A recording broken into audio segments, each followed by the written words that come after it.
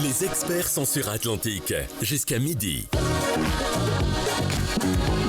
Eh bien, chers auditeurs, nous évoquons ce matin des progrès de la médecine. La médecine qui avance, parfois au rythme précis, d'un bras mécanique, robots chirurgicaux, exosquelettes, diagnostics automatisés. L'intelligence artificielle et la robotique promettent des changements majeurs, déterminants. Et entre les promesses futuristes et la réalité clinique, où en est-on dans notre pays? Nos hôpitaux sont-ils prêts? Nos professionnels formés? Quelles sont les perspectives pour demain? Nous en parlons ce matin avec nos invités. Nous resterons bien entendu ouverts à l'échange. Si vous avez des avis ou des questions, c'est de 10h à midi au 05 22 95 36 70 ou 80. Et nous sommes ce matin avec trois invités sur le plateau et nous allons aborder une thématique des plus intéressantes puisque elle concerne des faits d'actualité qui ont pu interroger. Ça concerne en effet, disons, des opérations qui ont pu s'établir ou se faire à distance. Il y a des progrès de la robotique, de l'intelligence artificielle qui bouleversent aussi le rapport qu'on peut avoir à la santé. Il y a de nouvelles opportunités qui sont des opportunités d'aujourd'hui. Alors, nous allons en parler avec nos trois invités que je vais présenter très rapidement. Nous sommes à droite avec Karim Hamoul, qui est président de l'association des Marocains résidant à l'étranger, spécialiste en IA. Nous sommes avec Adil Ouazane, qui est président de la Société marocaine de robotique. Nous sommes avec Dr Alabé Ardouane, qui est président de l'association marocaine d'endourologie. Et de ce point de vue, chacun a son couloir et chacun a son expertise qui va nous renseigner, notamment en matière de chirurgie, si j'entends bien. Alors, je vais tout d'abord vous dire bonjour et peut-être vous céder la parole pour de premiers propos d'introduction sur la thématique du jour, c'est-à-dire sur les éléments qui vous semblent les plus prégnants et qui relatent le plus le progrès de la technologie, l'incidence que ça a sur le domaine et le secteur de la santé. Alors, contre-intuitivement, on va commencer à gauche, professeur. Oui, bonjour. Tout d'abord, merci pour l'invitation. C'est un honneur et un plaisir d'être parmi vous pour discuter de ce sujet qui est d'actualité. On entend beaucoup parler donc de chirurgie robotique au Maroc et d'IA. Oui. Donc aujourd'hui, on est très fiers de ce qu'on réalise au Maroc parce qu'on a pu démarrer et se mettre au même niveau que ce qui se fait dans d'autres pays en Occident en matière de chirurgie robotique. Donc non seulement on a pu avoir la technologie sur place, mais on a pu avoir des équipes totalement formées et rodées à ce type de chirurgie, à cet environnement de robotique qui change beaucoup par rapport à l'environnement de chirurgie habituelle. Et donc non seulement on a pu réaliser les interventions avec succès, mais en plus on a pu réaliser des interventions complexes. On n'a pas juste fait de la chirurgie robotique en faisant des chirurgies simples. Il y en a une qui est sortie un peu du lot, qui a été commentée, sur lesquelles il y a eu même des reportages de médias étrangers. Une opération à 1000 km de distance, et c'est un chirurgien qui a pu opérer à distance, à 1000 km de distance, avec une précision remarquable. Oui, tout à fait. Alors ça, c'est ce qu'on appelle la téléchirurgie. C'est le fait que le chirurgien qui manipule les instruments robotiques se trouvant à l'intérieur du ventre du patient ne se trouve pas dans la même pièce que le patient. Donc, en l'occurrence, la téléchirurgie, c'est quelque chose qui est révolutionnaire parce que ça va permettre de supprimer quasiment les distances, de faire voyager la technicité ou la dextérité chirurgicale vers des zones reculées où il n'y a pas toujours des experts présents. Donc, l'opération dont vous parlez, il n'y en a pas eu qu'une, il y en a eu plusieurs. Moi, personnellement, j'ai réalisé au sein de deux structures agditales entre Casablanca et Laayoune, c'est celle-là, je crois, dont vous parlez, parce que c'est celle-là qui concerne une distance à plus de 1000 km, c'était 1100 km. Oui. Et il n'y a pas que la distance qui est à souligner dans cette intervention-là, il y a aussi le patient qui a été opéré, il se trouvait où exactement? Et bien, ce patient se trouvait à Laayoune. Oui. Donc ça, c'est très important, parce que c'est, je dirais, l'objet même de la téléchirurgie, c'est de la faire dans des zones où il n'y a pas d'experts. Donc ça a été pas simple à mettre en œuvre. Il y a toute une organisation en amont pour réaliser une intervention de chirurgie robotique dans un endroit où il n'y a pas de chirurgie robotique qui est faite en routine, où il n'y a pas d'équipe rodée, etc. Donc nous avons dû bien sûr faire voyager la machine, mais aussi j'ai dû faire un déplacement sur place en amont avec des équipes pour roder les équipes sur place pour que ça se fasse en sécurité. Et ensuite, l'intervention, le jour d'intervention, je me situais à Casablanca, sur une console chirurgicale et j'ai pu opérer ce patient à distance. Il y a eu d'autres interventions de téléchirurgie, évidemment, entre Tanger et Casablanca, par exemple. Le patient a été opéré au sein de Casablanca, mais en tout cas, tout ça pour démontrer la faisabilité de cette téléchirurgie qui combine en fait le deux mondes, qui sont la robotique et la télécommunication.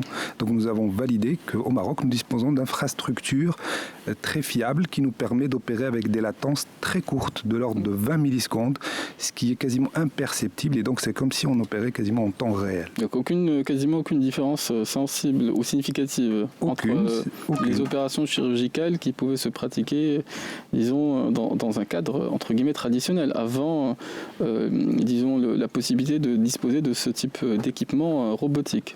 Tout à fait. Alors justement, ces équipements sont dotés, on va dire, ou disposent de ces logiciels qui sont capables donc de gérer le flux d'informations à distance. Oui. Mais bon, il faut quand même rappeler à nos auditeurs qu'il y a toujours un chirurgien qui doit être sur place aux côtés des patients, parce qu'il faut quand même installer le robot une fois que le patient est anesthésié, etc. Et puis une équipe qui est capable de prendre la relève en cas de souci, parce que c'est des raisons de sécurité. Donc tout ça, on peut en parler plus tard si vous voulez. La téléchirurgie est là. On a fait tout ça parce que c'est la tendance mondiale, et donc le Maroc fait partie des leaders mondiaux maintenant dans la téléchirurgie, parce qu'il n'y a pas eu des téléchirurgies partout dans le monde, surtout avec des distances pareilles. Oui. Et donc, mais c'est pas l'objet, c'est pas que cette téléchirurgie devienne le quotidien. L'objet de la téléchirurgie, c'est dans un premier temps aider à faire diffuser la technicité, la dextérité, mais elle a un deuxième rôle qui viendra par la suite, c'est celui du télémentoring ou du téléproctoring, c'est-à-dire un expert qui se trouve dans une ville, il peut assister un collègue qui débute son expérience en chirurgie robotique à distance, donc il peut prendre la commande avec lui pour le guider dans une étape difficile ou dans un début. Donc vous voyez, ça rapproche les chirurgiens, ça facilite les échanges. Ça abolit les distances, et c'est un chemin qui est entrepris depuis un certain temps. Alors, il y a eu des interventions techniques, elles sont disons, plus modestes à l'instant. On va essayer de faire circuler la parole pour un premier tour de table, et je vais céder la parole au docteur Rabia, puisqu'il y a aussi un congrès qui va traiter de ces questions sur la robotique, et en ce sens, ce sont des éléments de formation et aussi de mise à disposition ou d'élargissement des possibilités d'usage de ce type de technique, docteur Rabia. Merci pour l'invitation. Donc effectivement, comme a dit mon ami professeur Adil, la robotique a changé. C'est un rêve qui est devenu réalité au Maroc depuis 2 ans. Il faut dire que depuis vingtaine d'années, on s'acharnait d'avoir le robot au Maroc. Ce n'était pas possible, mais ce n'est que maintenant 2 ans. Et on a franchi une étape qui est très importante. Il faut préciser qu'au Maghreb, ils n'ont pas de robot dans le pays maghrébin, Maroc le premier, au nord africain. Donc ça, c'est une très bonne chose et qui permettra de donner aux citoyens les possibilités d'être opérés comme à l'instar d'autres pays. Et surtout, donc là, on revient sur le côté, c'est très important quand on démarre un projet comme ça. Et c'est une technique pratiquée la même. Le chirurgien, l'expert, toujours, il est expert dans son domaine, mais c'est la machine qui change maintenant. C'est comme on passe un pilote qui passe d'un avion, un Boeing 737 à un Dreamliner, il doit connaître cette Dreamliner. On retiendra la métaphore, oui. Et là, quand on connaît la checklist, on connaît tout ça, tout se passe bien. Et l'intérêt de ce congrès-là, que le congrès soit présidé par Hadid, donc c'est la société robotique marocaine, dont les présidents, et aussi bien un membre, c'est une occasion, c'est le 2e congrès actuellement, pour pouvoir essayer de passer des bonnes informations en matière de formation. Vous savez très bien, c'est un travail d'équipe.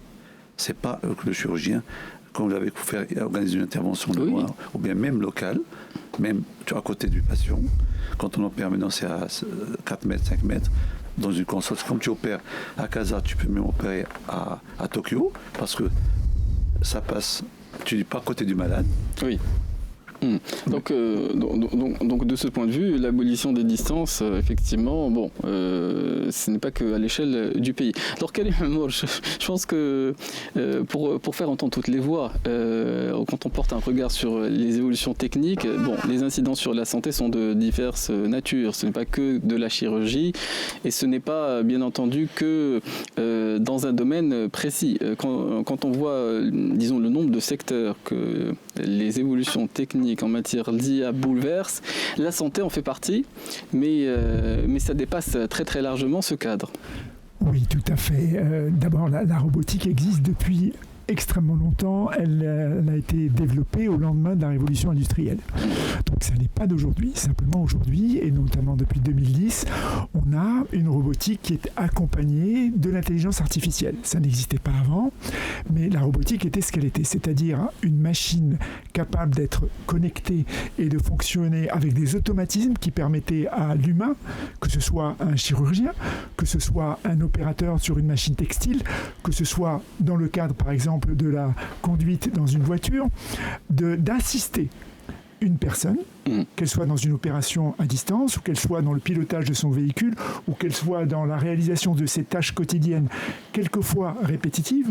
Et moi, ce que je vois dans ces robots médicaux qui ont été exposés par mes deux collègues tout à l'heure, c'est surtout la capacité de l'être humain, l'homme que nous sommes, le médecin, le chirurgien, d'être augmenté justement par un outil qui lui permet d'aller dans plus de précision, d'avoir un geste plus ajusté.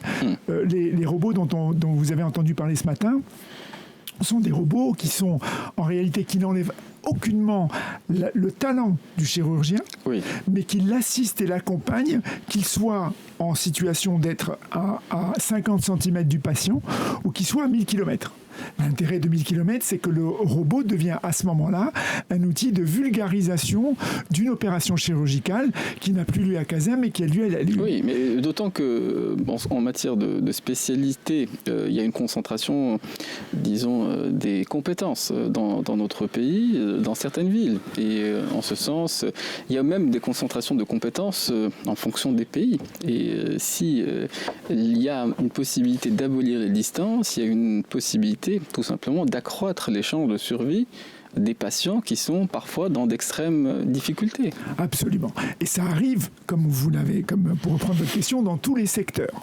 Maintenant, cette opération dont le professeur a parlé tout à l'heure, c'est une opération qui vous permet de dire, aujourd'hui, le Maroc est en tête de proue pour démocratiser l'accès aux soins comme le propose la vision de Sa Majesté, de prendre en charge tous les Marocains, mais ça ne veut pas dire uniquement prendre en charge à travers la démarche assurantielle.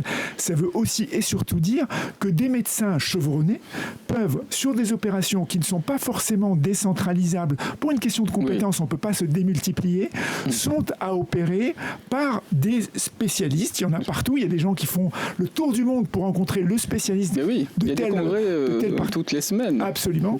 Et puis vous avez... Il y a des gens qui sont plus ou moins spécialistes. Moi, je confierais mon corps à un professeur qui fait 50 opérations par jour.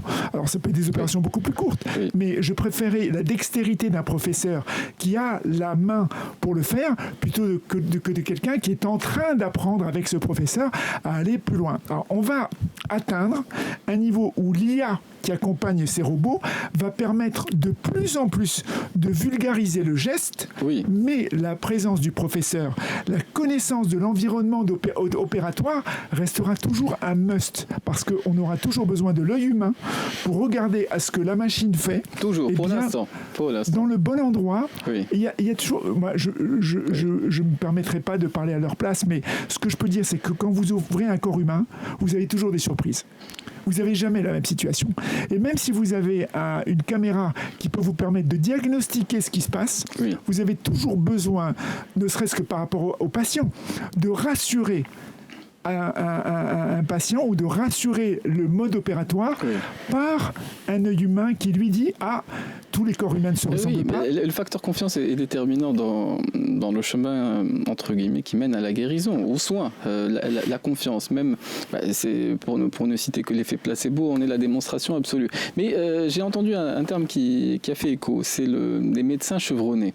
Médecins chevronnés ou chirurgiens chevronnés. Et de ce point de vue, il y a effectivement la question de savoir si l'expérience qu'on a acquise est possiblement remise au goût s'ajuste par rapport aux connaissances qu'on peut acquérir aussi via l'apprentissage des techniques nouvelles. Parce que dans la formation d'un chirurgien qui a été formé il y a de cela 30 ou 40 ans, cet apprentissage de la robotique, est-ce que c'est quelque chose de simple? Est-ce que c'est quelque chose de facile? Est-ce que c'est quelque chose d'accessible pour ceux qui, effectivement, voudraient prendre ce chemin-là? Alors, c'est une question très intéressante. Justement, ça fera l'objet d'une communication au congrès de samedi. Oui. Donc, le sujet de la formation. Donc, c'est un sujet qui est très complexe. Qui se pose aussi au singulier. Oui. Parce que vous avez pratiqué ces chirurgies, donc il fallait par nécessité en passer par un apprentissage. Tout à fait. Alors, en fait, quand on parle de formation en chirurgie robotique, vous voyez, on est déjà spécifique, mais ça reste une question large parce que ça dépend. Est-ce qu'on s'intéresse à des jeunes chirurgiens qui sont en cours de formation, auquel cas il s'agit de formation initiale, ou est-ce qu'on parle de chirurgiens qui ont déjà une expertise chirurgicale, mais pas en robotique. Donc, dans ce cas-là, c'est de la formation continue. Oui. Alors, en matière de robotique, tout est standardisé, on va dire, et de plus en plus, parce que la robotique s'inspire beaucoup de l'aviation. Donc, il y a beaucoup de simulations dans les process de formation. Il n'y a aucun chirurgien qui va s'installer dans une console de chirurgie robotique pour opérer sans avoir validé un certain nombre d'acquis, de formation et d'heures de simulation. Et donc, dans la simulation, il y a bien sûr la simulation virtuelle, mais il y a aussi la simulation dans ce qu'on appelle le dry lab, puis le wet lab. Le dry lab, ça veut dire qu'on va travailler avec un vrai robot, pas vraiment virtuel, mais sur des objets, sur des matériaux inertes, d'accord ? Ça peut être aussi des modèles synthétiques de tissus, etc., pour vraiment apprendre la gestuelle en 3D. Puis ensuite, on peut passer sur des wet labs, auquel cas on va apprendre sur des tissus, c'est-à-dire des organes, ou carrément des animaux, comme le cochon par exemple, ou dans d'autres pays, même sur des cadavres humains. Donc cela vous voyez, on passe par plusieurs phases. C'est vraiment, on appelle ça une formation multimodale. Donc ça démarre bien sûr par des formations théorique sur les bases de la robotique, sur les éléments de sécurité, la connaissance de l'électrochirurgie, la gestion de la caméra en 3D, etc. Puis ensuite, ça passe par les autres phases de simulation en virtuel, en dry lab, en wet lab, puis ensuite sur l'humain de manière accompagnée. Ça veut dire que une fois que tous ces process sont passés, que les heures de simulation, etc., le chirurgien ensuite fait de la chirurgie accompagnée. Vous savez qu'en robotique, il existe le système double console. Ça veut dire que dans le même bloc opératoire, il y a 2 consoles et c'est comme le système d'auto-école où il y a un chirurgien qui démarre, peut être assisté par un chirurgien plus expert. Évidemment, en chirurgie robotique, comme dans toutes les chirurgies, il y a ce qu'on appelle les learning curves ou les cours d'apprentissage qui font que 2 chirurgiens qui en ont fait 1000 types d'intervention, par exemple, vont avoir plus de dextérité, de compétences. Est-ce qu'il y a des différences significatives dans la pratique pour quelqu'un effectivement qui a pu faire ses formations de chirurgien et de cela un certain nombre d'années, de passer à la robotique? Est-ce que c'est quelque chose d'intuitif ou est-ce que c'est quelque chose où il s'agit de réapprendre entre guillemets des mécanismes autres très rapidement? Oui, il y a des adaptations à acquérir parce que ça reste un environnement plus spécifique. Ceci dit, la chirurgie robotique est intuitive. Ça veut dire qu'elle rétablit des choses qu'on a perdues avec la célioscopie standard. Ça reste le principe d'opérer avec une caméra et des trous. La célioscopie standard, c'est l'ancêtre de la robotique. C'est une caméra tenue par un humain et des instruments manipulés avec les mains du chirurgien, mais qui n'ont aucune articulation au bout, qui s'ouvrent et qui se ferment, tout simplement.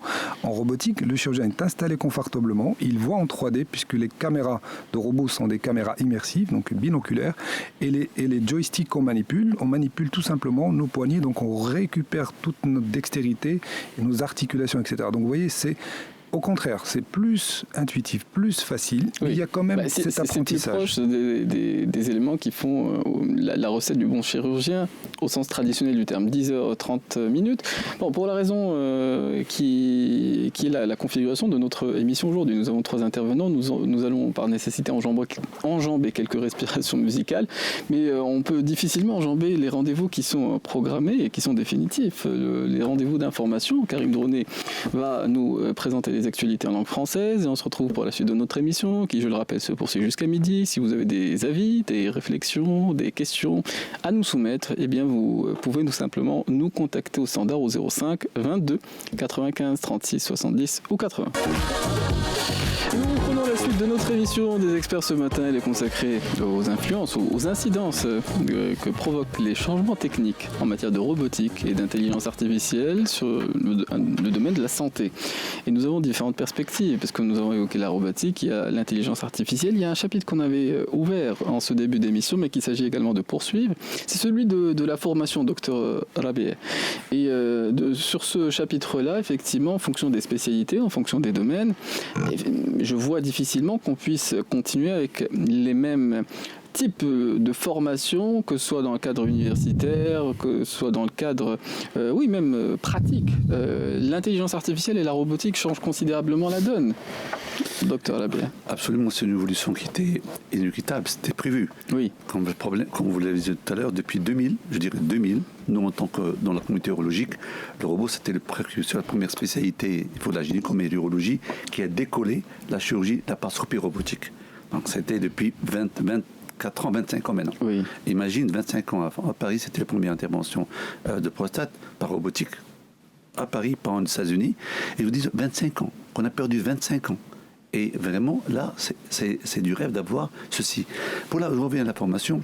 Comme depuis ces vingtaines d'années, la laparoscopie a donné un modèle de formation. Parce qu'il y avait la chirurgie ouverte, c'était à l'école de chirurgie pas mal, sur des cadavres. Oui. Et la laparoscopie, c'est comme une technologie qui a, depuis 25 ans, il y a un programme comme théorique, pratique, accompagnement. C'est la même chose que le robot. Maintenant, le robot, quand il est venu, ça nous facilite la tâche de reproduire les mêmes standards, les mêmes étapes, passer par l'APSEC, par des mouvements comme dextérité pour avoir une idée comment disséquer. On est chirurgien, on sait ce qu'on fait, mais on n'est pas habitué à travailler avec uniquement voir et sans voir. Et ça, c'est une dextérité qu'on apprend avec l'apprentissage. Plus tu en fais, c'est très important dans le laboratoire de prendre du temps, de s'exercer. Auparavant, on montait à Paris il y a 20 ans, il y avait chaque après-midi, tu pars le soir et tu travailles sur un laboratoire dry lab. Et donc après il y a les animaux, le cochon, les chèvres, pas mal. Oui, tout ceci nous donne une formation, tu prends une certaine sécurité avant de passer à l'être humain, où tu es accompagné par un seigneur, par quelqu'un, parce que c'est un être humain, on va pas, et l'accompagnement se fait, il faut un certain temps d'intervention, une validation par un expert, c'est comme le pilotage, on l'a vu tout à l'heure, et c'est parce que, et à ce moment-là, et là je remercie les industriels qui ont fabriqué ce robot-là, ils avaient exigé un standard. Je te vends le robot, mais tu ne peux pas avoir accès à ce robot sans avoir une formation qui est par des experts, par des heures, par des examens que tu passes, aussi bien sûr des différentes étapes, et avoir un monitoring important. Pourquoi ? C'est dans l'esprit du patient. Et là, c'est très important. Pourquoi ? Pour ne pas avoir des complications. Ça effectivement, des expériences inédites qu'on n'aurait pas maîtrisées en amont, parce que la chirurgie, c'est extrêmement, effectivement, délicat. On a entre les mains une vie humaine, et donc par incidence, la responsabilité est XXL. C'est comme on fait conduire un avion qui coûte des millions de dollars, mais là, c'est une vie humaine, que le prix, on ne peut pas établir un prix. Et dans ce cas, on doit être vraiment respecté toutes les étapes pour ne pas... Et on va voir ce congrès-là, on s'est dit, il y aura une table ronde sur le côté médico-légal et éthique. C'est très important. Qu'il y a une erreur, est-ce que le robot, c'est pas le robot, est-ce que le chirurgien est ça? Et là, j'anticipe sur le côté robot, parce que tout le monde se pose la question, est-ce que dans le futur, le bloc opératoire sera robotique 100%? On n'aura pas de médecin. Ça a été posé, cette question-là. Dans un congrès que j'ai cité à Barcelone, le titre, c'est le congrès 2050. Donc, imaginons, congrès médical 2050, vision très loin. Eh bien, c'était, même le chirurgien ne sera jamais remplacé par le robot. Ça a été vraiment étudié. Mais le robot donne beaucoup de choses, de facilité, de dextérité et de précision qu'un expert peut faire, vraiment un artiste dans l'intervention qu'il fait. Mais cela dit, si on posait la question à des professionnels, quels qu'ils soient, pas nécessairement dans le secteur de la chirurgie, de ce que serait 2020 en 1990, les projections ont toujours leurs limites. Il y a toujours... on n'aurait pas nécessairement deviné quel usage nous ferions des IA conversationnelles, entre guillemets. Et il y a une étude récente qui a été publiée sur l'usage qu'on fait aujourd'hui de ces IA dans le grand nombre. Et c'est quelque chose qui permet d'orienter certains choix, d'être guidé. Donc cet élément de confiance et de crédibilité, il est déjà aujourd'hui constaté sur le terrain par ceux effectivement qui maîtrisent ces outils-là. Et donc il y a une dimension d'apprentissage en matière d'intelligence l'intelligence artificielle, il y a pas par nécessité des points d'interrogation dans énormément de secteurs. Après, effectivement, qu'est-ce qui sera l'apanage ou la chasse gardée de l'homme, c'est une grande question. Et c'est le temps, au fond, qui nous permettra peut-être d'y voir un peu plus clair. Arriver à 100% robotique sans l'être humain, ça n'arrivera jamais. Pourquoi ? Parce que l'être humain, comme il dit, notre atome est différent. Oui. Moi de toi. Non, on n'est pas duplicable. C'est pas la même vésicule, c'est pas la même prostate. Tout à fait. Et heureusement pour ça, je dirais, on est rassuré. Pourquoi ? Parce qu'on ne peut pas céder la place au robot. Et là, parce que pour créer une intervention pour un organe, il faut des milliers et des milliers de cas réalisés. Et ce moment-là, prend l'exemple et fait une analyse et concentre tout ça pour reproduire la même chose. Oui. La seule chose, une technique chirurgique qui était faite actuellement 100% robotique, c'est couper l'intestin et l'anastomoser par le robot. Mais ça s'arrête là. C'était un bout d'intestin et 100%. Mais on peut, comme on l'a dit, mon exemple sur la vésicule. Professeur, mais la robotique, c'est quelque chose qui, entre guillemets, réduit le risque, puisque l'élément aléatoire diminue. Il y a quelque chose qui, dans la mécanique, va avoir un geste plus précis. Mais cela dit, même dans des secteurs extrêmement variés, je pense notamment au bâtiment, il y a des artisans ou des maîtres artisans dont le travail manuel reste, j'allais dire, presque induplicable, mais du moins extrêmement difficile à répliquer. Pour ce qui est de la chirurgie, qui est le secteur qui est le vôtre, qu'en est-il aujourd'hui ? Alors, c'est une question très intéressante. Je vous rejoins dans ce que vous avez dit. Ça veut dire qu'on ne peut que avoir des avis ou des pensées, mais c'est effectivement difficile d'avoir raison à 100% dans les projections futures. Oui. Maintenant, ce qu'on doit expliquer surtout à nos auditeurs, c'est que la chirurgie robotique, aujourd'hui, dans l'état actuel des choses, c'est simplement un télémanipulateur. Ça veut dire qu'il répond strictement au geste du chirurgien. Alors, comment on gagne en précision ? On gagne en précision grâce à la vision 3D, mais aussi grâce à l'effacement du tremblement naturel et à un élément très important qui est la démultiplication du geste. Ça veut dire quoi ? Ça veut dire que moi, chirurgien, quand je suis en train de faire des manipulations à l'extérieur, donc avec les manettes ou les joysticks, le robot à l'intérieur, il va démultiplier mon geste. Ça veut dire que 3 cm de déplacement est égal à 1 cm. Ça veut dire qu'il va miniaturiser en quelque sorte la gestuelle et effacer le tremblement. Mais ça reste une réponse formelle à ce que fait le chirurgien. Il ne fait rien de plus, rien de moins. Il ne vous empêche même pas de commettre une erreur. Dans l'état actuel des choses, vous coupez une structure que vous ne devez pas couper, le robot ne va pas vous empêcher. C'est une réponse à l'erreur médicale. Oui, tout à fait. Maintenant, je pense que l'IA dans le futur, ce qu'elle devrait apporter, c'est d'améliorer les performances. D'améliorer les performances, que ce soit en température, en sécurité, en résultats pour les patients, résultats oncologiques, résultats fonctionnels. Et donc, je pense qu'on peut imaginer l'IA comme un copilote qui est là pour aider, parce que c'est déjà l'objet de recherche, je vous le dis. Par exemple, quand on regarde l'anatomie de l'intérieur, des fois, on a du mal à identifier certaines structures, etc. Et aujourd'hui, il y a des travaux qui sont faits sur la combinaison de l'imagerie préopératoire et le robot va vous projeter une espèce de GPS ou de map pour aider le chirurgien à aller exactement là où il faut. Donc ça, c'est un exemple. Il y a beaucoup d'autres exemples, mais je pense que l'automatisation 100% du geste, ça reste quand même quelque chose qui est difficile parce qu'il y a une question de responsabilité, parce que l'erreur, disons que améliorer la performance, réduire beaucoup le risque d'erreur, c'est bien, ça c'est l'IA, c'est le rôle de l'IA, c'est les travaux de recherche en cours. Maintenant, supprimer carrément le chirurgien et laisser le robot faire le travail à 100%, ça, nous pensons que non, mais vous l'avez bien dit, on peut se tromper dans 30 ans. Effectivement, l'avenir nous réserve plein de surprises. Alors Karim Amour, c'est difficile entre guillemets que de s'exercer. C'est un exercice périlleux que celui de la projection. Cela dit, on en est au début de la révolution de l'intelligence artificielle dans beaucoup de secteurs, et le rapport que nous avons tous, chacun dans notre secteur respectif, à cette intelligence artificielle, il évolue. On a pu observer une certaine qualité de réponse au début, lorsque ce sont des technologies qui ont émergé. Et puis, il y a une évolution qui peut nous renseigner par rapport aux évolutions futures, Karim Amour, dans le secteur de la santé. Oui, alors écoutez, d'abord, il faut faire l'analogie. Quand on veut se projeter, il faut essayer de faire l'analogie avec d'autres secteurs qui avancent peut-être plus vite et plus profondément parce que la fonction crée l'organe, pour employer un terme médical. Prenons un exemple précis et je vais vous donner un chiffre qui moi-même m'a choqué la semaine dernière. Elon Musk, le patron de Tesla, a négocié un package avec ses actionnaires de $1 trillion pour amener Tesla à d'abord produire non seulement des véhicules totalement autonomes. Aujourd'hui, on est dans des niveaux entre 4,5 et 5. Je vais vous expliquer ce que ça veut dire et pourquoi je voulais vous en parler. Et deuxièmement, on arrive à l'ère des robots humanoïdes qui, eux, peuvent faire des gestes. Optimus, par exemple, qui peuvent faire des gestes, qui peuvent s'apparenter à un geste humain, donc beaucoup plus proche de ce qu'on peut imaginer nous-mêmes. Alors, l'industrie dans laquelle la robotique est le plus mise à l'épreuve, c'est l'industrie automobile. Pourquoi ? Parce que quand vous êtes sur un niveau d'avancée, des IA embarquées dans aujourd'hui, la voiture autonome ou semi-autonome est un robot. Ça n'est pas un véhicule classique.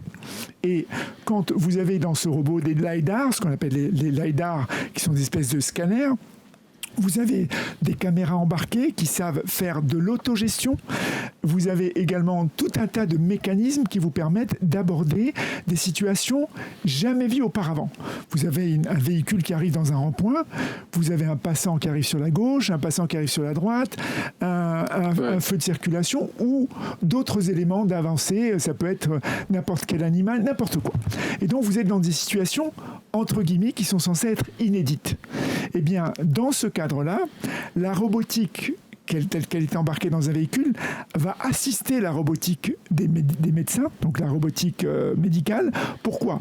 Parce qu'elle s'attaque à des choses qui n'ont jamais été perçues auparavant, qu'elle doit gérer en temps réel. Donc vous avez... particulièrement dans l'exposé qui a été fait, une robotique qui, elle... Ce que fait notre système nerveux. Voilà, s'auto-alimente des situations inédites. S'auto-alimente. Mais pour ce qui est de la chirurgie, ce qui fait qu'on a un chirurgien chevronné, c'est la somme d'expérience qu'il a pu cumuler.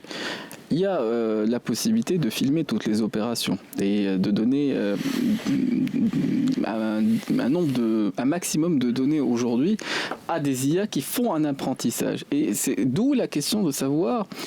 Est-ce qu'il est une limite ?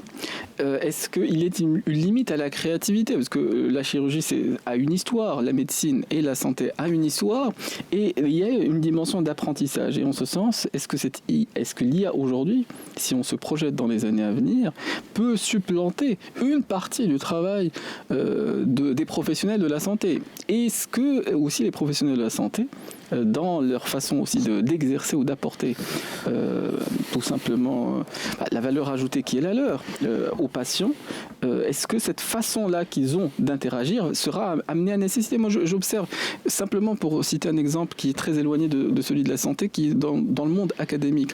Un médecin devait faire une soutenance. Il y a effectivement un certain travail qui pouvait prendre un certain nombre de temps. J'ai pu observer des kinésithérapeutes qui ont fait leur travail en 2 jours grâce simplement aux IA génératives et avec une qualité qui singe, entre guillemets, qui produit de la connaissance quand on lui donne des données inédites, qui produit de la connaissance et qui rédige dans un certain format des travaux d'une certaine qualité. Je ne dis pas que la qualité est XXL ou est incroyable, mais malgré tout, ils ont pu soutenir par ce moyen-là et s'éviter une somme de travail considérable. De la même façon, dans d'autres secteurs, on peut se poser la question.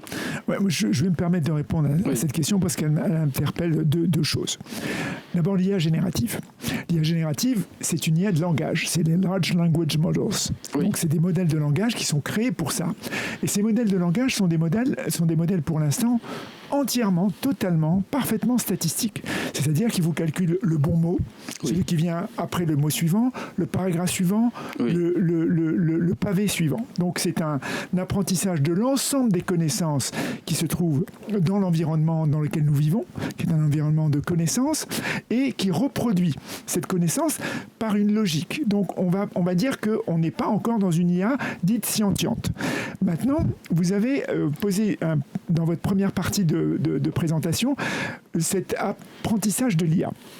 Et aujourd'hui, l'IA évolue, sachez-le, 4,7 fois. Elle double de capacité 4,7 fois par an.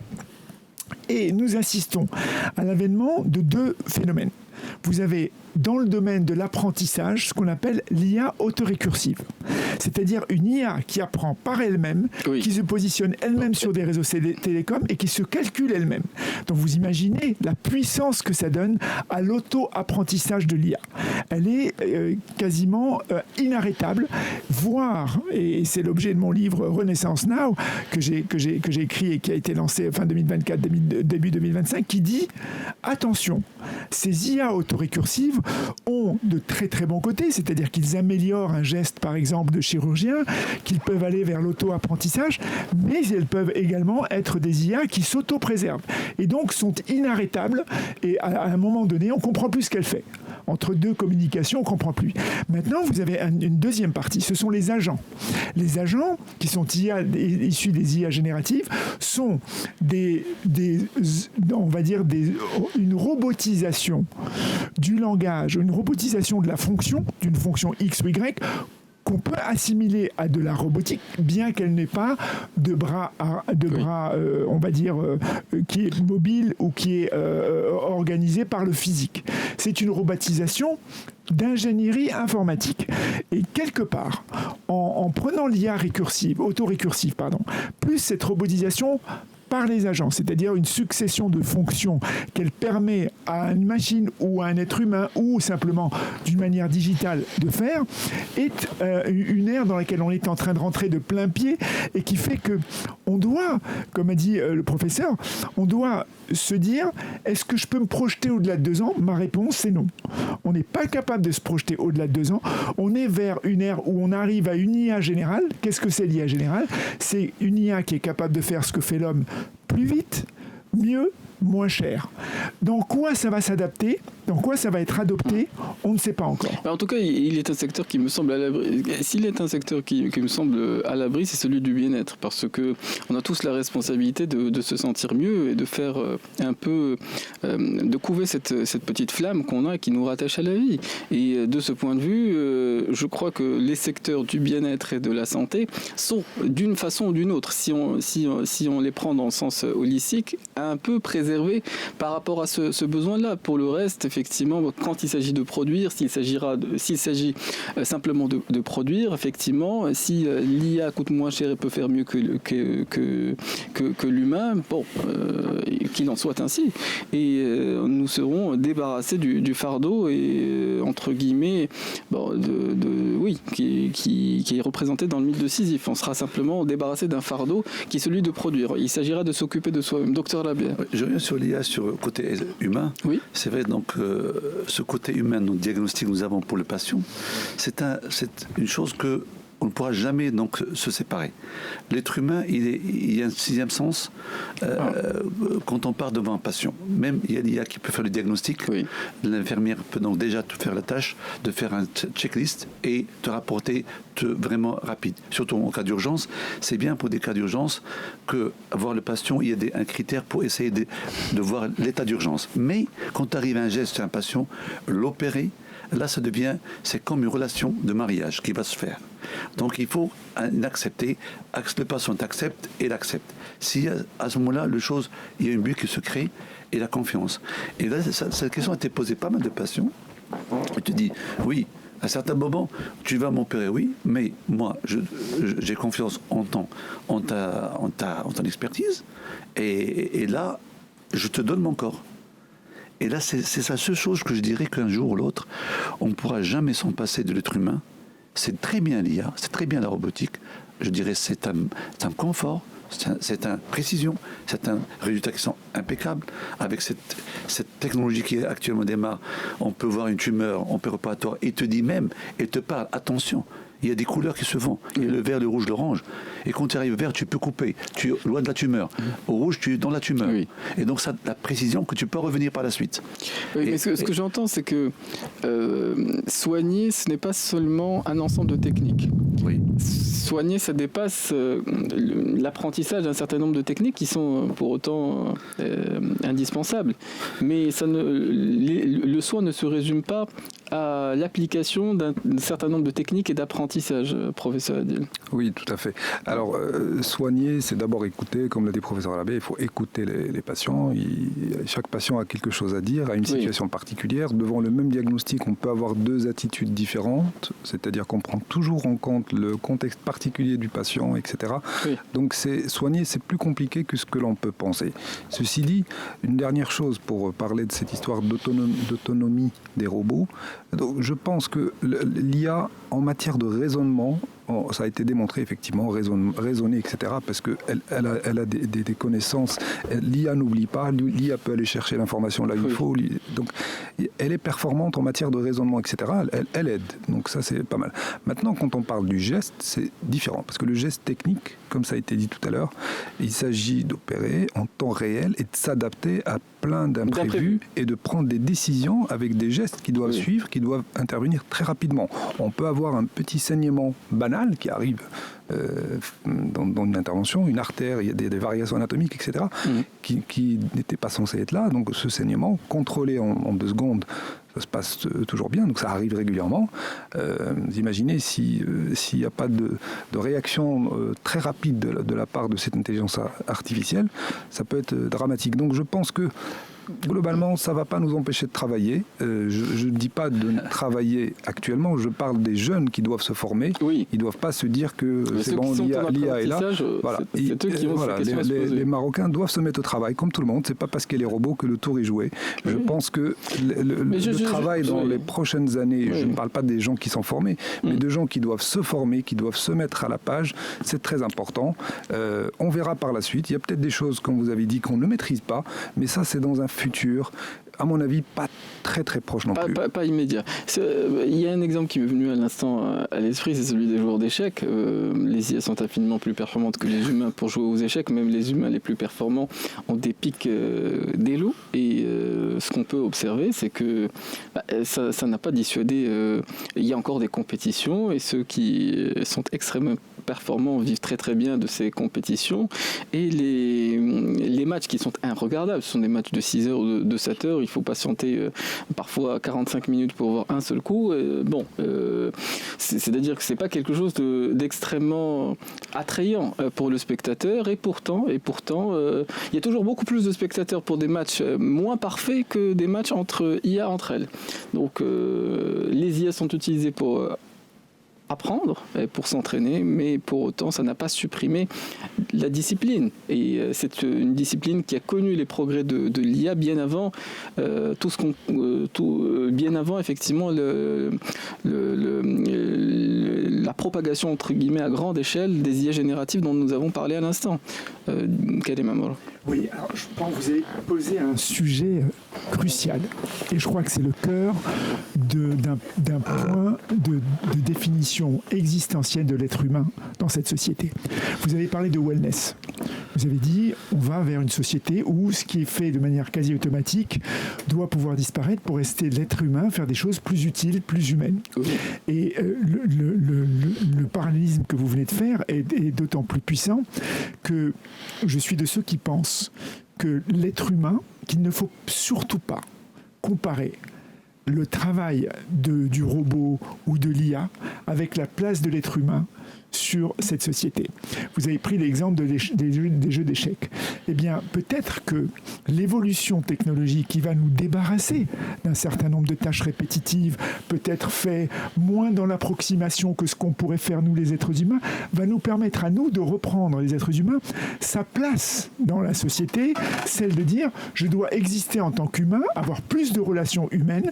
Aujourd'hui, on constate qu'on a passé une ère où les réseaux sociaux, même l'IA générative, nous colle de plus en plus sur nos sofas, sur nos chaises de bureau, etc.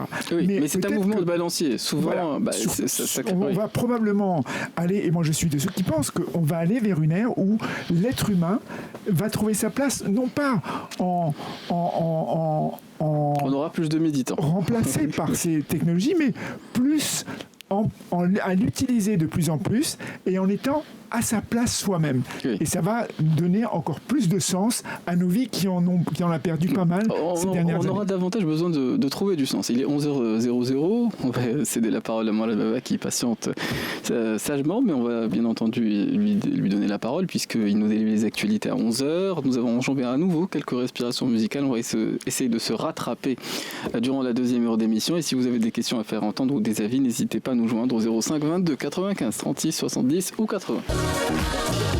Et nous reprenons la suite de notre émission qui se poursuit également pendant les respirations musicales. On a, je le disais, enjambé quelques-unes. On va essayer de se rattraper durant cette deuxième heure d'émission. Nous avons 3 invités sur le plateau et nous évoquons effectivement les changements qu'impliquent les évolutions technologiques, l'intelligence artificielle d'un côté, la robotique de l'autre.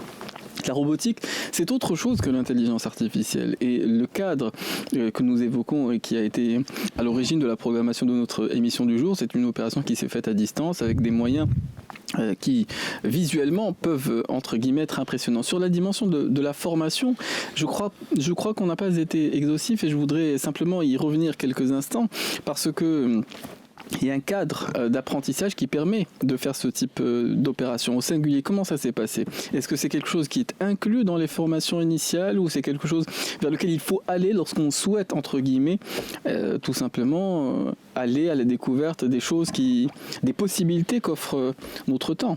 Professeur Adil. Tout à fait, merci. Alors justement, en formation initiale, c'est quelque chose qui est inclus. Alors aujourd'hui, au Maroc, ça commence. Donc il y a des centres de simulation qui sont en train de voir le jour dans des universités.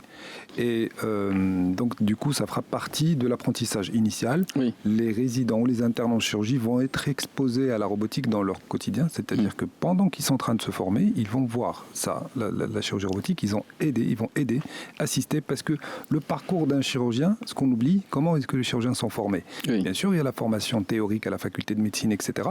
Et puis, il y a la formation par accompagnage. Oui. Donc, le chirurgien, en apprentissage, eh bien, il apprend d'abord à aider, à devenir un aide opératoire. Donc, à force d'aider, on comprend mieux les étapes d'une intervention, on observe, et puis petit à petit, on commence à retracer les interventions dans sa tête et donc à anticiper. C'est-à-dire, un bon aide, il peut quasiment faire l'intervention tout seul parce qu'il anticipe toutes les étapes suivantes, d'accord ? Et ensuite, oui. Donc vu c'est que une relation d'apprentissage qui ressemble et d'ailleurs au mode même ancestral. On apprenait auprès du maître. D'ailleurs, dans les programmes écrits aujourd'hui, même par les grandes sociétés savantes, les programmes de formation comportent à la fois, comme je vous avais dit tout à l'heure, des apprentissages en ligne ou théoriques, des apprentissages en simulation, sous ces différentes formes qu'on a citées tout à l'heure, puis ce qu'on appelle le bedside, c'est-à-dire que le fellow, on appelle ça le fellow, donc l'apprenti, va d'abord assister, donc il fait des case observations, donc il assiste au bloc opératoire, il observe ce qui se passe au bloc opératoire, parce que c'est différent du laboratoire ou de l'animal.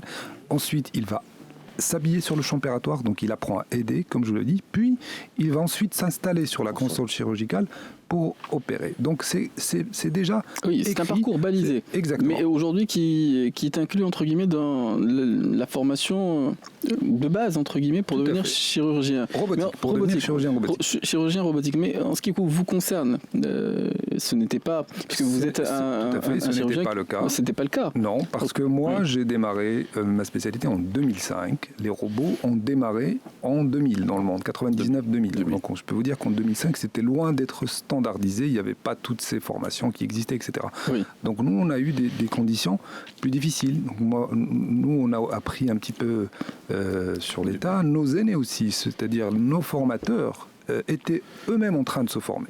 Donc vous imaginez la difficulté par laquelle on est passé nous. Après il y a eu toutes les expériences. Moi personnellement j'ai fait ensuite un fellowship à l'Institut Montsouris à Paris, qui est une école qui fait beaucoup de laparoscopie, etc. Et donc j'ai appris comme ça. Donc je m'habillais pour aider. Ensuite je m'installais sur la console et je faisais des temps opératoires de plus en plus longs, etc. Et ça a pris combien de temps ? Alors la formation, ça prend quand même des années. Je dirais qu'elle peut être accélérée aujourd'hui avec les centres de simulation, etc. C'est-à-dire qu'on va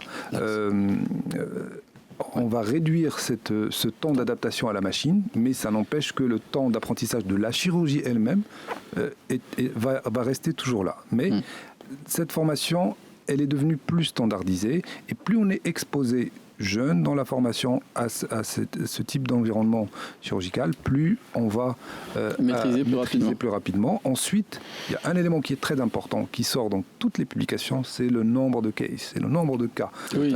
Voilà. Donc, tous les chirurgiens ne vont pas faire de la chirurgie robotique, tous les chirurgiens ne vont pas avoir la même performance. Et l'élément important, en plus bien sûr de la compétence individuelle de chacun, parce que vous savez, il y a des joueurs de foot, mais ils ne sont pas tous qui jouent dans les mêmes clubs, etc. Ah oui, ni même au même poste. Voilà. Donc, il y a des joueurs qui vont être plus performants que les autres, parce qu'il y a une question inclination naturelle. Non, je dirais d'affinité. D'inné ou de compétences. C'est comme la cuisine. Il y a l'inné, mais le nombre de cas est quelque chose de très important. Oui. Donc, plus on va pratiquer, plus on va être performant. Effectivement, l'apprentissage, c'était difficile en 2005 parce qu'il n'y avait pas un recul de formation. Maintenant, on a 25 ans d'expérience sur le robot.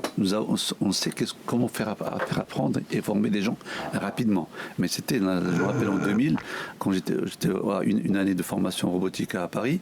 Donc, mon maître qui a fait la première, j'étais avec lui. Il a fait le premier robotique au monde, procédé médical. Il était chirurgie laparoscopique. Comme il avait été base, laparoscopie, on le connaît.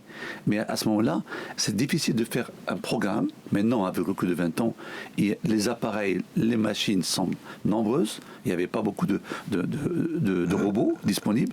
Les consoles de formation, d'accompagnement, ils sont avec. Donc, il y a tout un plateau qui facilitera la formation de nos résidents et de nos prochains chirurgiens qui sont là. Oui. Il y a tout le plateau qui facilite la tâche et même le programme est déjà établi grâce aux sous-savantes qui sont actuellement à prendre bien ficelé. Oui, ce que j'ai entendu, c'est que tous les chirurgiens ne seront pas amenés à faire de la chirurgie robotique également. En fait, ça dépend de deux choses. Ça dépend de leur... Parce qu'en fait, aujourd'hui, vous savez, dans toutes les disciplines, il y a des sous-spécialisations. Oui, ben c'est une hyper-spécialisation que la chirurgie. Voilà, tout à fait. Parce que ça ne sert à rien de faire, par exemple, 3 actes de chirurgie robotique par an. Effectivement, autant centraliser, comme disait tout à l'heure mon collègue de gauche, Karim, centraliser, ou si vous voulez, dans une équipe, je parle. Dans une équipe, il y a des chirurgiens qui vont être plus amenés à faire ce type de chirurgie. Et du coup, c'est important. Pour améliorer les résultats, il faut qu'il y ait une fréquence. Et donc, diluer, si vous voulez, le nombre de cas au sein d'une même équipe, c'est quelque chose qui n'est pas forcément bénéfique à terme pour le patient. D'où l'idée de la surspécialisation ou la concentration des actes. Donc, plus on va concentrer les interventions sur un chirurgien d'une même équipe, plus ce chirurgien va être performant. Et plus les autres peuvent aussi être performants. Plus il sera sollicité. Or, il n'est que 24 heures dans une journée. Or, certaines opérations peuvent durer 12, 13 et parfois plus encore. 12, 13, 14 heures, ça peut exister. Des opérations, je crois, de neurochirurgie. Alors, possible, ça peut exister, mais il faut quand même rassurer les gens. La majorité des interventions durent en moyenne 2-3 heures. Les interventions les plus complexes, c'est peut-être 5 heures. Mais, donc, combien d'opérations par jour? Alors, en robot, on peut en faire 2 ou 3 par jour. 2 ou 3 par jour. Mais on peut aller à plus si on fait des actes plus simples, parce qu'il y a des actes qui prennent moins de temps que d'autres. Et ça, l'intérêt des équipes déformées et la fréquence des cas. Quand on a une équipe érodée, on gagne du temps. Sur l'installation, ça prend du temps. Et aussi bien l'aide, il t'anticipe, il te connaît. Il t'anticipe, ne pas lui dire de faire ça. Donc, sous ce cas, tu gagnes du temps avec l'optimisation. Et tu optimises, tu commences à faire un geste en 1h30 au lieu de le faire en 4 heures. Oui, mais c'est le maître mot d'ailleurs quand on parle des évolutions techniques. Intelligence artificielle ou robotique, c'est l'optimisation.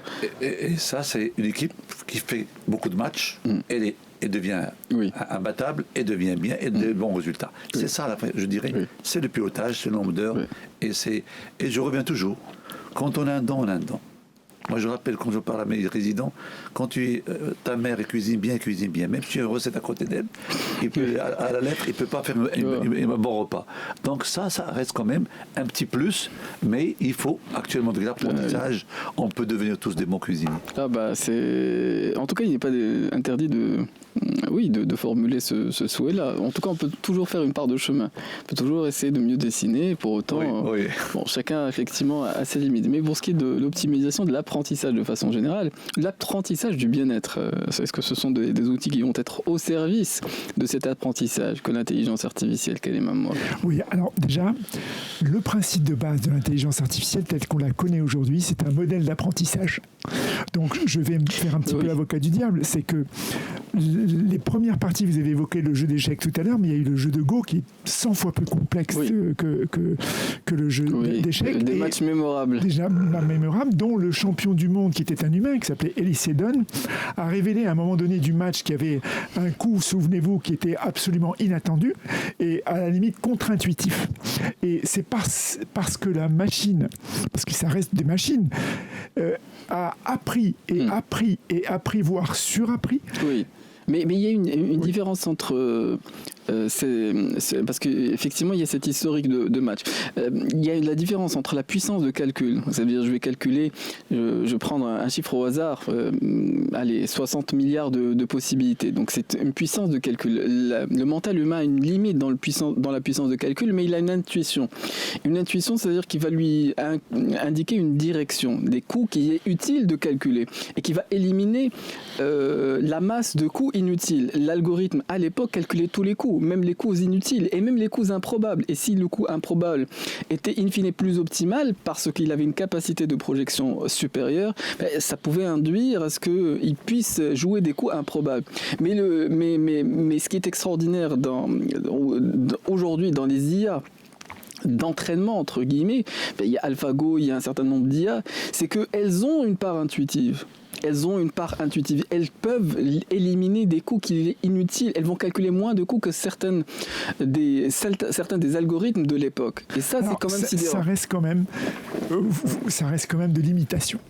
Oui. De dire que l'IA est scientifique. Mais augmenter au niveau de la puissance de calcul. Oui, voilà. La puissance de calcul fait toute la différence. Oui.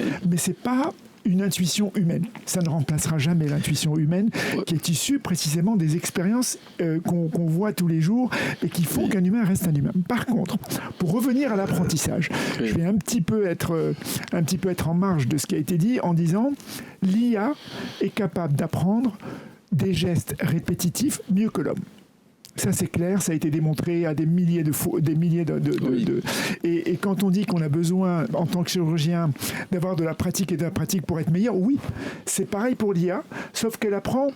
Elle arrive à travers l'IA autorécursive à apprendre 1 million de fois un même geste qu'elle va aider le chirurgien à pratiquer mieux. Tout à l'heure, il a été évoqué, par exemple, la correction au tremblement. Cette correction au tremblement, mais elle est cruciale. Parce que nous, les êtres humains, nous avons tendance à trembler. Qu'on soit à 50 cm ou qu'on soit à 1000 km, le tremblement est le même. Et donc, l'IA va vous accompagner pour trembler moins. Et vous allez donc avoir un geste plus sûr et arriver effectivement à atteindre vos objectifs. Maintenant, quand on dit que l'IA ne remplacera jamais, l'homme ne sera jamais remplacé dans une chirurgie robotique, moi je dis, positionnons-nous simplement sur un vécu. Vous avez par exemple aujourd'hui, ce qui est de pratiquement plus précieux dans notre organisme, et on l'utilise comme métaphore, ce sont nos yeux. Eh bien moi, il y a 15 ans, je me suis fait opérer par un Lasix qui a simplement ouvert mes yeux et dont le laser est venu pour inciser la cornée, pour corriger la vue. Le chirurgien qui avait derrière l'appareil n'a pas touché l'appareil. Et c'était avant l'IA générative, avant la vulgarisation de l'IA. Donc on peut se projeter 10 ans après aujourd'hui avec des robots comme DaVinci 4 et l'arrivée de DaVinci 5 qui sont des robots, les bien nommés d'ailleurs. D'ailleurs, vous voyez que je porte un signe là-dessus. Mais le fait est, c'est que on doit se poser la question sur la position du médecin, du chirurgien, à accompagner l'humain par l'humain. Parce que la robotique, elle va faire de plus en plus, elle va prendre de plus en plus de place sur... Aujourd'hui, vous avez par exemple dans l'IA, vous avez ce qu'on appelle les Deep Neural Networks, les réseaux de neurones profonds. Ça, c'est encore une imitation du cerveau humain. Parce qu'en 1956, quand l'IA a été inventée, on avait deux écoles. On avait l'école qui consistait à dire « j'imite le cerveau biologique et donc je me mets dans une dynamique d'approche bio » et la deuxième approche qui était « je me mets dans une approche statistique ». C'est la statistique qui a gagné. Aujourd'hui, on le voit, on le sait. Mais on revient. Voilà. On revient explorer d'autres chemins. Mais à supposer qu'il n'y ait qu'un seul chemin au niveau biologique, parce qu'au niveau biologique, si on regarde, si on observe le mental, il y a une part intuitive, il y a une part rationnelle, entre guillemets, il y a une part analytique. Quand on procède par processus ou par étape, c'est la part analytique. Quand on va privilégier la démonstration et le chemin par la démonstration, c'est la part analytique. Il y a une part intuitive dans l'observation et dans la façon qu'on a d'aboutir à des conclusions. On évoque, on la met entre parenthèses, c'est quelque chose qu'on essaie de, entre guillemets, de ne pas muscler, mais c'est quelque chose qui est inhérent. Pourquoi est-ce qu'on va davantage faire confiance à un chirurgien chevronné? C'est parce qu'il a une somme d'expérience et il a maîtrisé un certain nombre de processus. Et puis, ces processus appris vont lui permettre, entre guillemets, quand la nouveauté va surgir, d'intuitivement, entre guillemets, d'opérer ou de tourner l'opération en la faveur au possible du patient. Et donc il y a toujours une part intuitive y compris dans la biologie du cerveau humain. Et cette part intuitive, on l'observe moins quand on essaie d'établir des correspondances entre le fonctionnement d'un algorithme ou d'une IA, y compris avec les méthodes d'aujourd'hui, et effectivement la biologie humaine. Professeur Adil, sur bien entendu l'apprentissage et sur les processus aujourd'hui, comment est-ce que ça va changer au niveau des formations qui sont prodiguées, entre guillemets, aux nouvelles générations, et sur aussi ce qui a été dit et qui me semble extrêmement important, la part qui est irremplaçable de l'humain dans les processus de soins, professeur Adil? Alors, comme je vous l'ai dit tout à l'heure, la formation, elle est de plus en plus standardisée et dans les nouvelles générations de robots, sans citer de marque, il y a effectivement déjà des outils d'intelligence artificielle qui sont là et qui sont dédiés à la formation, intégrés. C'est-à-dire que c'est l'analyse vidéo, justement, parce qu'on a fait du machine learning, donc c'est en accumulant beaucoup de, comme vous l'avez dit, toutes les interventions sont enregistrées, donc il y a des millions d'interventions réalisées, et avec cela, on a pu déjà structurer les choses et on peut aider les jeunes chirurgiens à devenir rapidement performants en utilisant l'IA. Ça, c'est déjà d'actualité. C'est-à-dire qu'une intervention va être analysée par l'IA en temps réel et à la fin d'une intervention, le chirurgien en formation va avoir justement une analyse statistique très détaillée de ce qu'il a fait, quel temps il a passé sur la dissection, quel temps il a passé à chercher, à faire des gestes inutiles, etc., pour améliorer les choses. Donc, moi, je vois toujours l'IA comme un outil et pas comme un ennemi.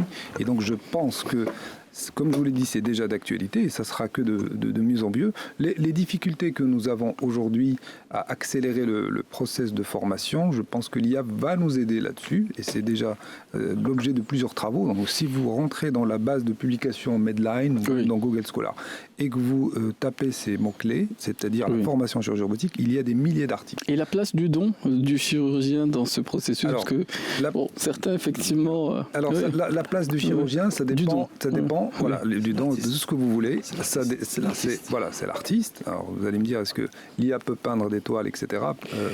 Manifestement, oui. Mais je pense que la place de chirurgien se résume tout simplement à la place qu'on veut réserver à l'être humain que nous sommes dans le monde futur. Donc je pense qu'il faut pas parce que ça ne concerne pas que les chirurgiens évidemment, mais c'est un métier qui est délicat, qui a toujours été considéré comme un métier humain par définition. Donc si dans le métier qui est le plus humain de tous les métiers, on se pose aujourd'hui la question de quel est le rôle de l'être humain justement, du chirurgien, je pense que ça veut dire qu'on fait fausse route totalement. À mon avis, il faut garder quand même l'humain.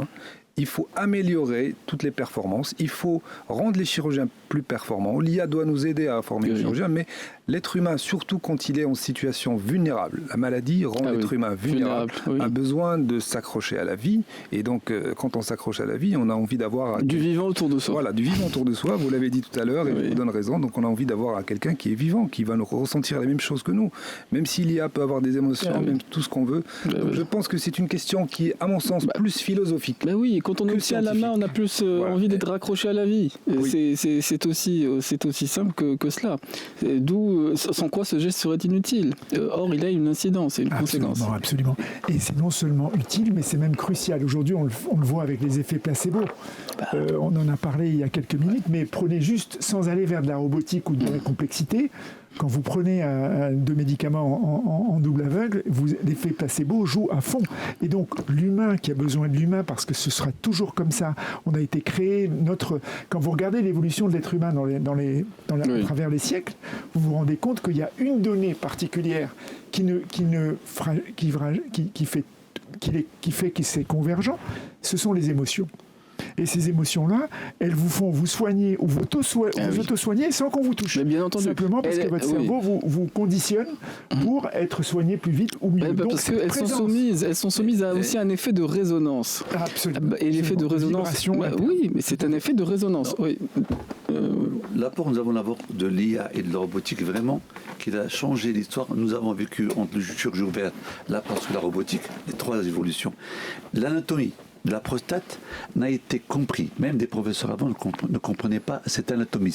Cette prostate, c'est le nerf qui passait. Oui. Grâce à la robotique, on a vraiment banalisé et on a vraiment facilité pour nos résidents et nos gens, vraiment schématisé. On connaît maintenant, c'est comme on voyage. Oui. Des trucs. Je reviens bien sûr. On va y revenir, parce qu'on va céder la parole à Karim Brunet, qui a son rendez-vous. 11h31 minutes, je vais lui céder la mienne, et on va se retrouver pour la suite de notre émission des experts dans quelques instants.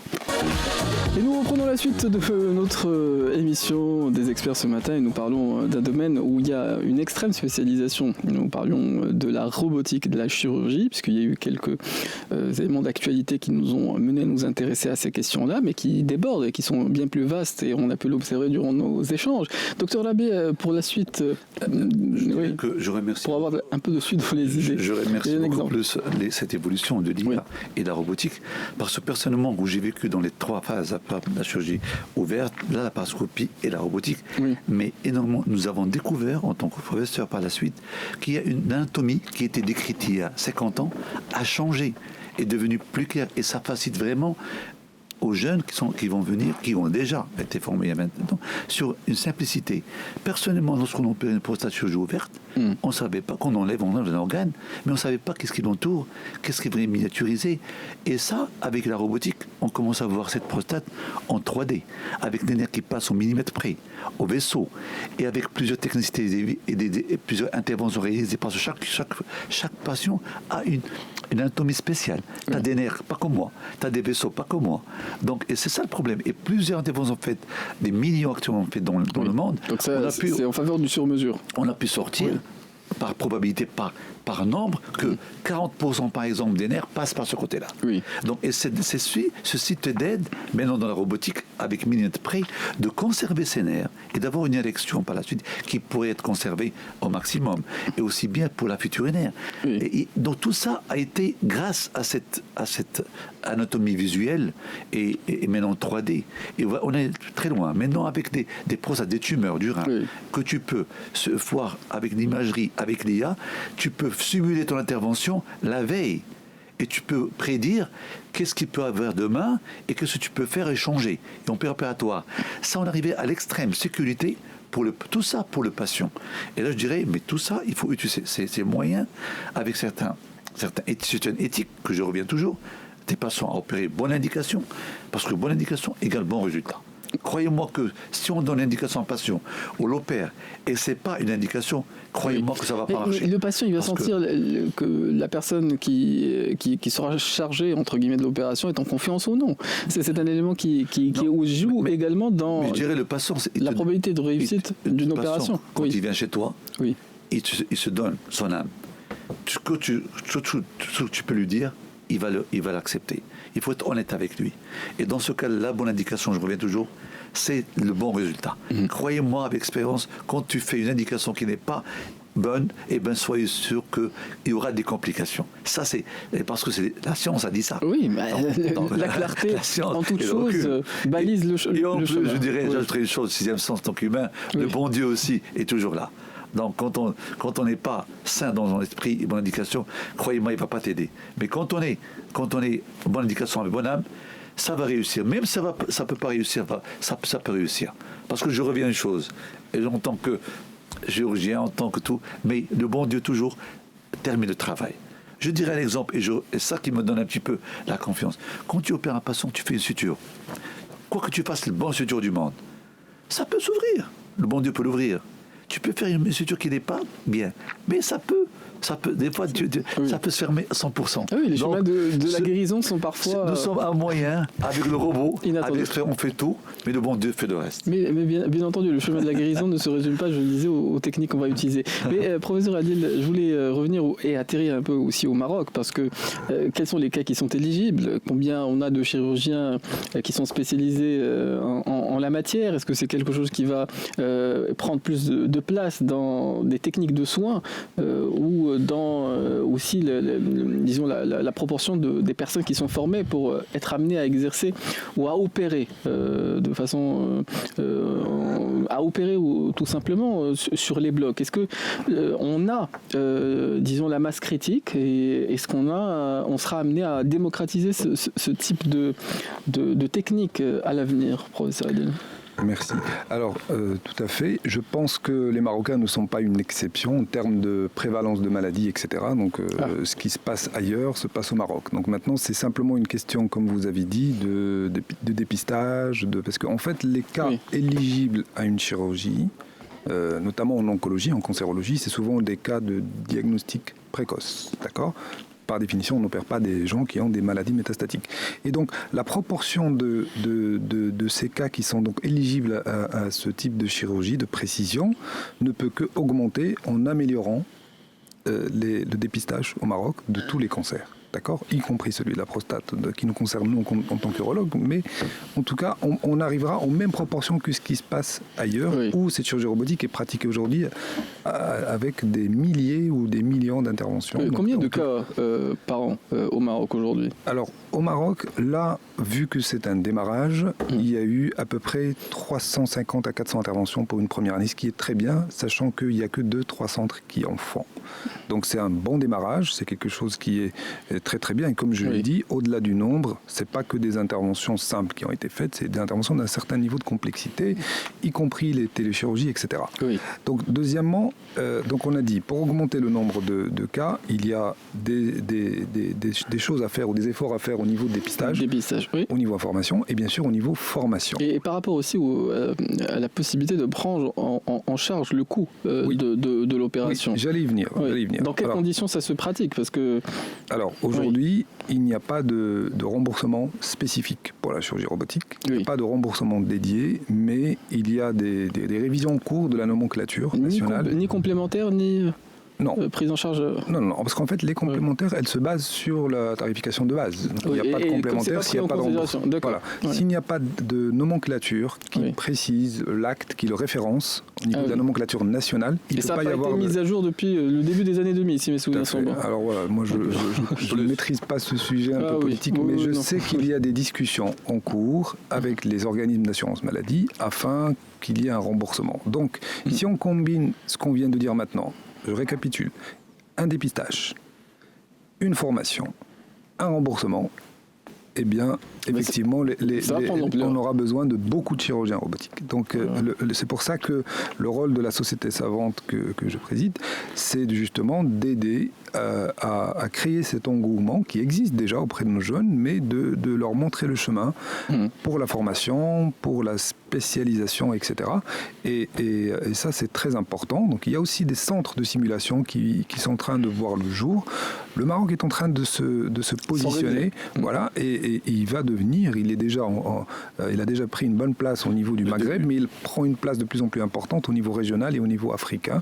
Donc, notamment samedi, nous recevons des collègues africains qui viennent de plusieurs pays, parce que le Maroc aujourd'hui commence à être reconnu comme un hub pour la chirurgie robotique. Et donc, nous avons donné l'exemple et nous allons continuer à donner cet exemple.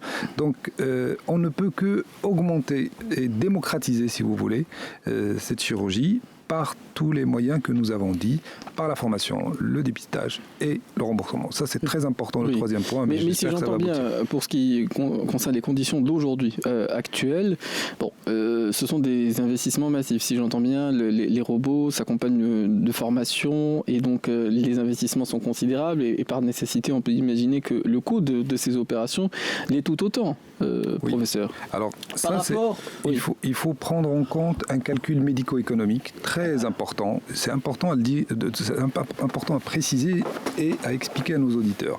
Le calcul médico-économique est un calcul global. Si on regarde le coût brut de l'investissement, de la machine, de l'intervention, du consommable, etc. Pour les mettre en place, c'était combien?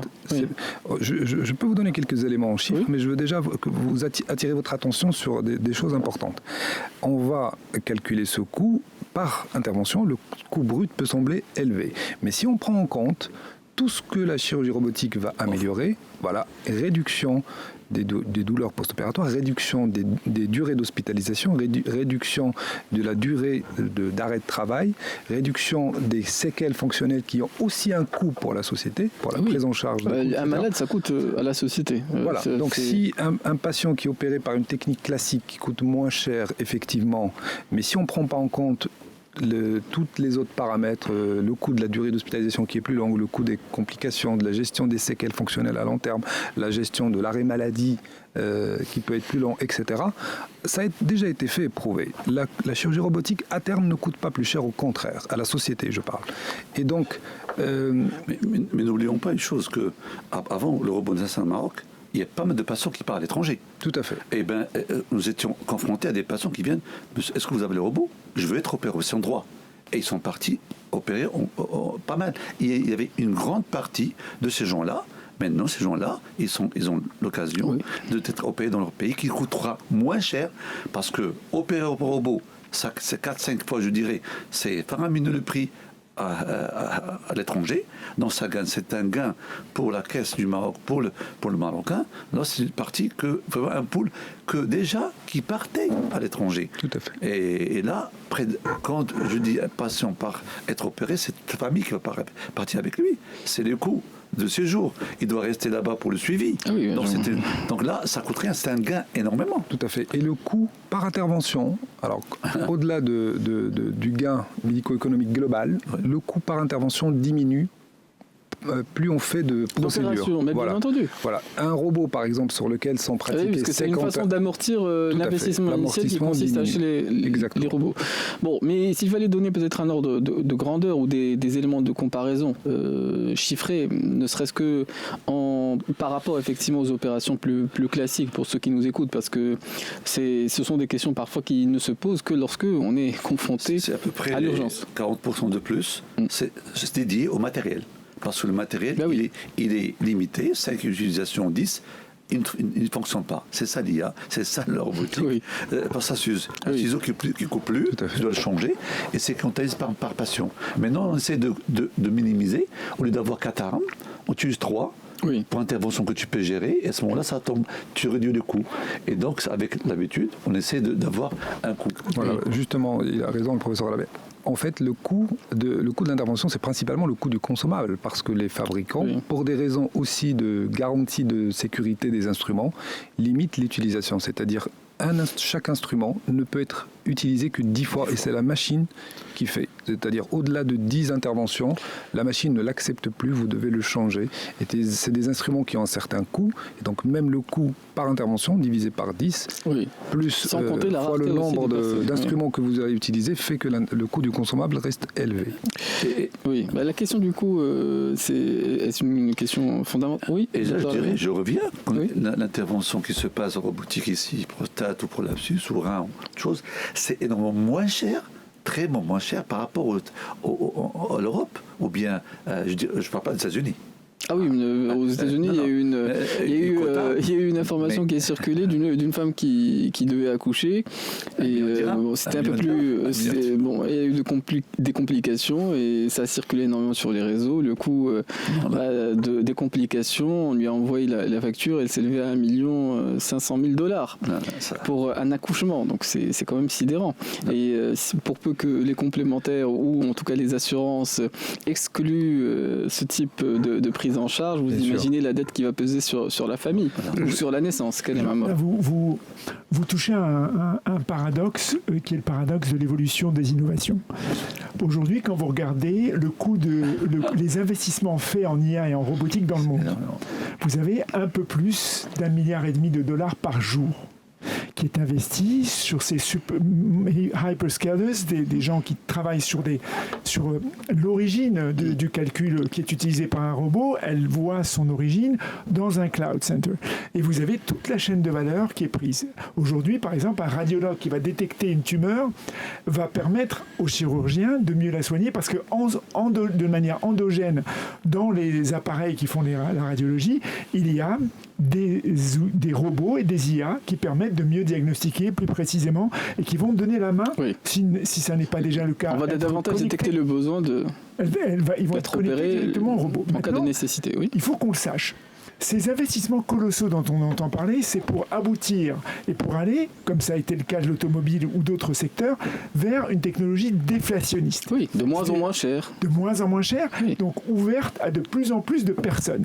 Et les systèmes assurantiels dont vous avez fait part le voient comme précisément la possibilité pour toutes les assurances nationales du monde d'être dans une démarche de partage plus important, donc d'élargissement de l'assiette des patients, et plus encore d'optimisation des coûts de traitement du patient. Ça, c'est la bonne nouvelle qu'on peut partager.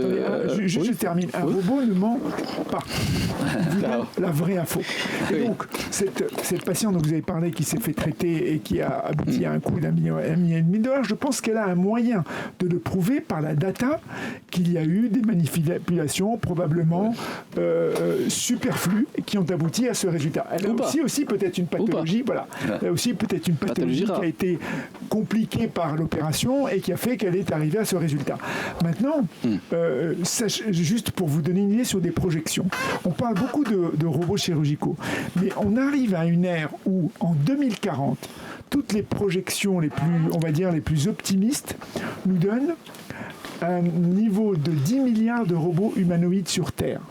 10 milliards de robots humanoïdes sur Terre. Ça veut dire plus que d'êtres humains. Et donc, ces robots humanoïdes, en 2040, seront susceptibles de faire des opérations. Donc, à terme, il y a la bonne nouvelle à terme, c'est que, in fine, ça va aboutir à des coûts beaucoup plus réduits on se projette à l'avenir. Mais si on se projette à l'avenir, on va essayer d'éviter les retards, même si je sais que vous voulez un mot de conclusion, un dernier mot, parce qu'on est... Merci. Alors, juste un mot pour dire, donc, il y a bien sûr, il n'y a pas une technologie qui n'a pas d'inconvénients. L'un des freins majeurs aujourd'hui, au-delà de la formation, etc., qu'on est en train sur lequel on est en train de travailler, c'est l'histoire des coûts. Mais il ne faut pas oublier qu'au Maroc, nous devons quand même avoir une souveraineté technologique et la maîtrise des nouveaux outils. Donc, on ne doit pas être freiné par l'absence de remboursement. Je pense que les instances, si on arrive à leur expliquer le bien fondé de la chose, une opération classique est remboursée. Et l'intérêt pour les patients, il n'y a pas de raison que ça n'aboutisse pas. Est évident. Docteur Labi. J'ai l'idée que les robots, actuellement, deviennent moins chers. Vu le mutuel de beaucoup de robots, ça devient moins cher. Et ça, c'est très bien pour le patient et pour la société et pour la Heureusement que les retards ne nous coûtent pas cher. On a abusé de la gentillesse d'Ahmed Elbo parce qu'il va reprendre la suite des programmes. La tranche suivante, il y aura le journal d'information qui nous est présenté par Kamal Khsal. Je remercie bien entendu nos invités ce matin. Et je vous souhaite bien entendu une excellente écoute sur notre antenne sur Atlantique. Merci. Les experts sont sur Atlantique jusqu'à midi.